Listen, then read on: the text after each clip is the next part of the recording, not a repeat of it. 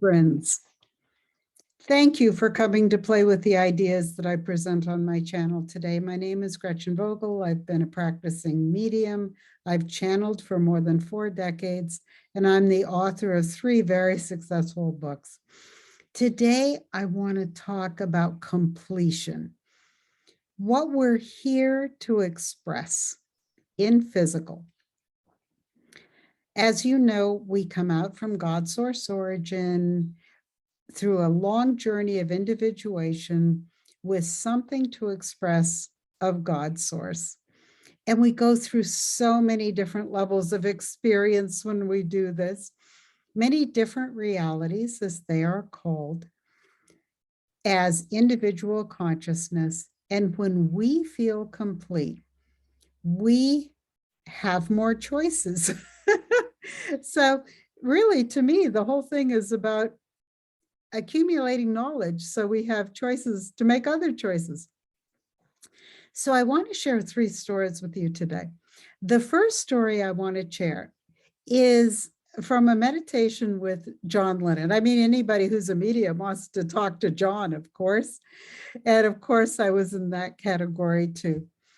But I'm going to just take small excerpts from the conversation that I had with him. It really talks about the completion of his life. I asked John, at this point, do you understand the choices that you made before you came into this lifetime? And John said that he had chosen a high degree of artistic talent. He showed me drawing or painting was possible, but he also had this incredibly strong social awareness, social consciousness, very, very young. And he knew in order to make a difference socially or in the evolution of the human species here, that he would have to express his art in a way that was not only publicly acceptable, but in order to get his message across of social consciousness, unity, responsibility for ourselves, and responsibility for the planet. Then he chose to do it through song instead. And then I asked John if he was going to come in again, and he said, I don't have to. He really even doesn't want to, because there's so much more to experience in other energy levels. Why come back into the limitations imposed on us in physical? And so that lifetime was the key that unlocked him from having to come back into physical again. And I asked John if he had had other lifetimes, and he said, yeah, as a scullery boy, a lot of times he was on the wrong side of the tracks. And that was to develop the compassion when he came into this lifetime, to have compassion for people who were born on the wrong end of society. He had no other lifetimes of greatness. If he said, if popularity is greatness, I feel I left the contributions from my artistic talents, and the social commentary in his songs will continue. He said, when you leave, you know, what you leave here becomes very unimportant. When you're completed, when you're done, if your work is of use to the people still here, that's all we have to do in life. It doesn't enhance his existence one way or the other. It's like something that's left with your body, the good works and the influence that you had over people. You know, he said, we have to stay in our present wherever we are when our present is happening. So that was John's story of completion. And then I want to read or tell you a little bit of one thing that I found very interesting, a meditation I did with a cat. It was a cat that we had, but not very long. We had a beautiful female, snowshoe tiger point Siamese, and this enormous Maine Coon impregnated her. And so one of the cats in her litter was a jet black Maine Coon with that incredibly huge face and that plume of a tail. He was gorgeous. Interestingly enough, we only had him maybe 4 or 5 months. The day that he was meant to be neutered, he took off the night before and we never saw him again. And that is important to what he's about to say. So I'm going to tell you what he said to me about his life purpose. He says, had you neutered me, the scenario would have been somewhat the same, but perhaps delayed a little bit. But you could not have held me. I was a wild animal. I would have gone on to complete my mission for so many of my fellows. Only it would have been harder for you had you known me longer, because I was very special. I was special because I was the combination of many special animals that I was carrying in my energy field. And they were animals that didn't have the opportunity to reincarnate. He said, I was great because of all of the animals that I was carrying with me. I think he says a little bit more about this in a second. He said, my death was meaningless to my life. I knew, I sensed when he died. And if we could have spoken in life, I would have told you this. But he said, after I died, how did you like my gift to you? Well, his gift to us was a mountain lion that actually hung around for a while. We saw it several times. It was in the neighborhood. It was freaking out the deer for sure. And they're not supposed to exist here, but we all know they do. And they actually can predate small humans, so they're a little bit scary. He said, I've been meaning to talk to you or wanting to talk to you in this way for a long time. Now, when I look at this cat with my mind's eye, I see in his energy field, it seems like there's an entire ecosystem that he's carrying of highly evolved animals, birds, mammals, very high intelligence in terms of species integrity. And as I look throughout his body, there are just so many creatures. He said, I was never yours, so I could never be lost from you. There were many in these species because of species diminishment who could not express in physical, except by changing form. And they were very close to completion and needed expression to complete. And so I thought the thoughts of many animals, and I did the deeds of many animals. My intent here was so compelling. It was such a strong choice. And I was energized by the energy of all these other species. And then I exchanged energy with him. But after the meditation, there was a long pause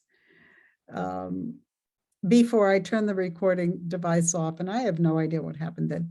The third story is also with a cat, but it was such a surprise to me. I had gone out in meditation to meet with, and I often do with animals that we've had. Hamlet was a Siamese cat who lived 19 years, almost 20 years with us. After We did neuter him after he had fathered a couple of litters of Siamese when the kids were little. But I always called this cat my dirty old man because he would like snuggle in my boobs in a really strange way. So when I opened to him in meditation, I was really surprised because what I saw was a stream, and on the other side of the stream was a young Native American individual.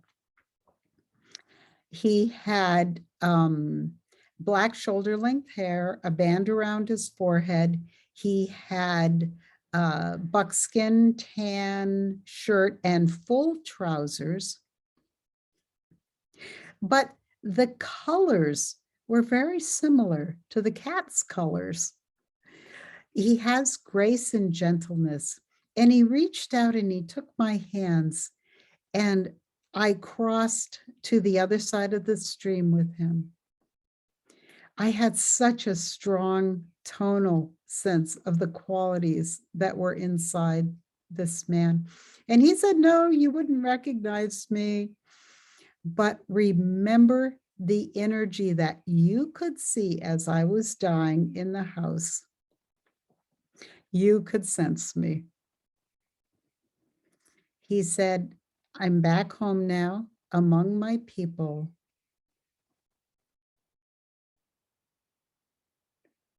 He talked about cat life and what a strange experience it was to see everything from the bottom. But he said his tribe was extinct. There were no more opportunities for incarnation. They don't exist anymore. So he had to take the opportunity to do a cross species incarnation in order to complete his intent. If he had not taken the body that was open to him, he would have had to wait a very long time, if ever, to complete his intent. With this tribe, I'm thinking that's what he meant. So he picked a very elevated branch of the cat family. And he picked them because they really enjoy running, the Siamese. He said, "I was to express as what you would think of the highest expression of a civilized creature." And if you think about it, I was very careful with myself. I was very clean. I was a gentleman. He appreciated endurement and adornment. I mean, the kids used to dress him up all the time. He said, "You knew I was one of you, and you treated me like a person with that kind of respect." He said he loved music also. Now that I didn't know about him. He said music made him happy. The beat of the music made him happy. He said traveling the path of a lifetime in a cat suit seemed to be a very complete journey for him. He said, "I walked every step of that life." And he said it was like two tracks running, that his track was just moving faster, but he lived an entire lifetime as a human, but in a cat body. Then he talks a little bit more about the Siamese, about how this particular breed of cat, and he did cite Abyssinians and Bengal kitties also, but over time they've left so much accumulated knowledge from being associated with people at their consciousness pool that, you know, of course, to have mental experiences, which humans are very mental, he would definitely choose a cat with this kind of genetic quality in it.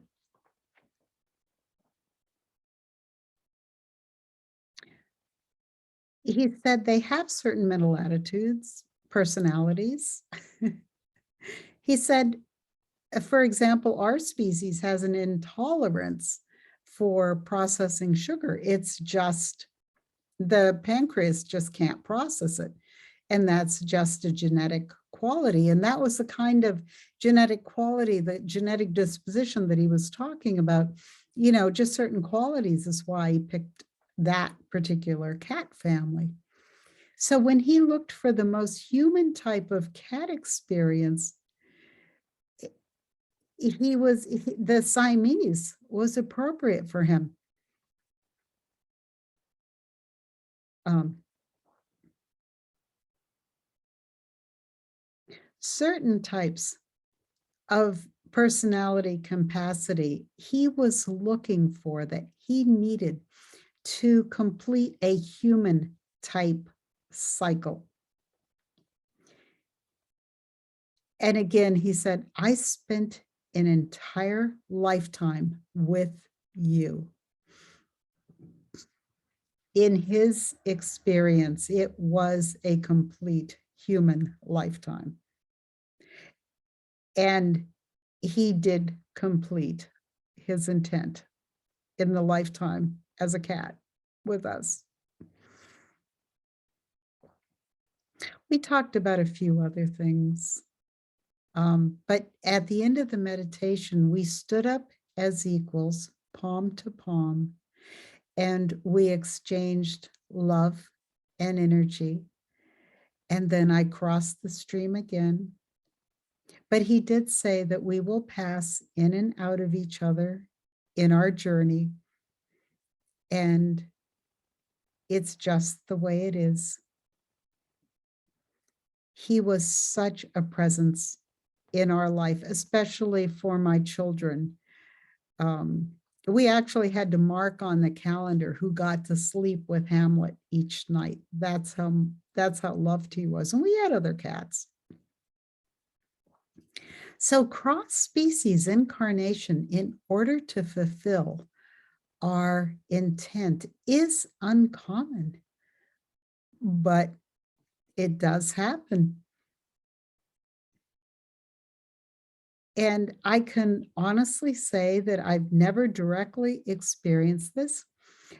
My other thought as I read these three little stories that came out of my meditations was that maybe we don't know what our life purpose is, and maybe we don't know if we've completed it until we're in the world of spirit.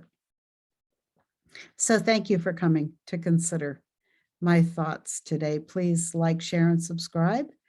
And I have been reading the Choices in the Afterlife book. That's all done now.